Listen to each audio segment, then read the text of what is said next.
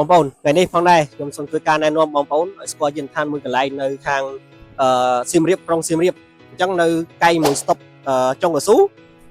បងប្អូនកន្លែងមកខាងឆ្វេងមកឃើញផ្លាកឈុនវុធីទៅខាងឆ្វេងដៃធំប៉ុណ្ណាណីបាទអញ្ចឹងបងប្អូនអាចទៅមើលបានសេវាកម្មរបស់បងប្រុសមានអីគេខ្លះបាទអស់បាទជំរាបសួរបងវុធីបាទហ្នឹងហើយបងសួរតិចឡាននេះកំពុងតែធ្វើអីគេបងបាទឡាននេះមានបញ្ហាប្រព័ន្ធប្រាំងហើយនឹងជើងក្រោមចឹងបងកំពុងតែផ្ដល់សេវាកម្មជូនភ្ញៀវបាទហើយ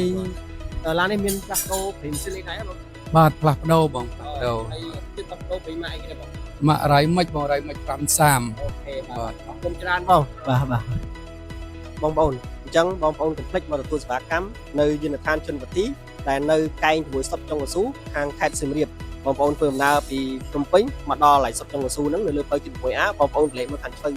ដៃមកឃើញផ្លាកជនវទីធំនៅលើហ្នឹងហើយអញ្ចឹងរាល់ព័ត៌មានឬក៏ធ្វើការតាក់ទងបងប្អូនអាចតាក់ទងបានតែខ្ញុំនឹងដាក់លេខឬក៏អាស័យដ្ឋានគាត់នៅក្នុងវីដេអូនេះផ្ទាល់បាទចង់អរគុណសូមជម្រាបលាបាទ